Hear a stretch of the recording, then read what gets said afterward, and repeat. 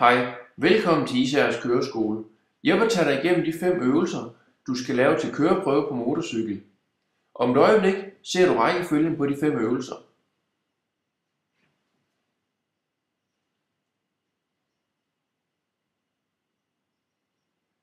Godt. Er du klar? Så kører vi. Første øvelse, trækøvelse. Træk motorcyklen igennem porten.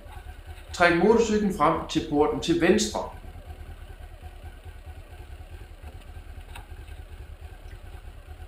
Slut på første øvelse.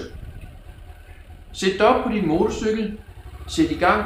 Kør igennem porten til venstre og følg portene. Stop helt op ved den røde streg. Efter dit stop sætter du i gang igen og svinger til højre.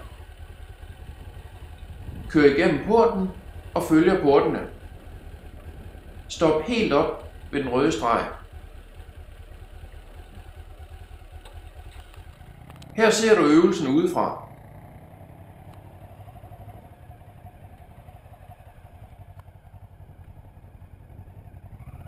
Kør rigtig godt frem, så du får et ordentligt sving på, inden du kører ind i din næste port.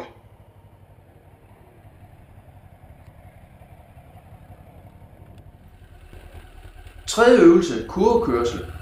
Accelerer op på 30 km/t. Kør igennem porten. Følg buen rundt. Hold din fart. Og kør ud igennem porten.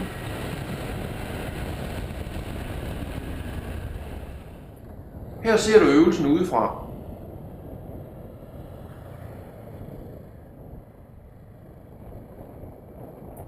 Slut på tredje øvelse. Fjerde øvelse, acceleration og bremsning.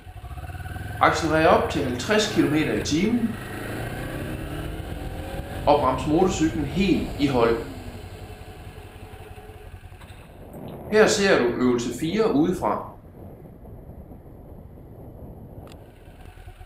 Øvelse 5, kontrastyring og bremsning.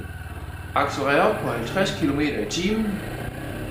Kontrastyr til venstre, til højre, ret op og brems motorcyklen helt i hold. Her ser du øvelse 5 udefra. Tak fordi du kiggede med. Held og lykke med køreprøven.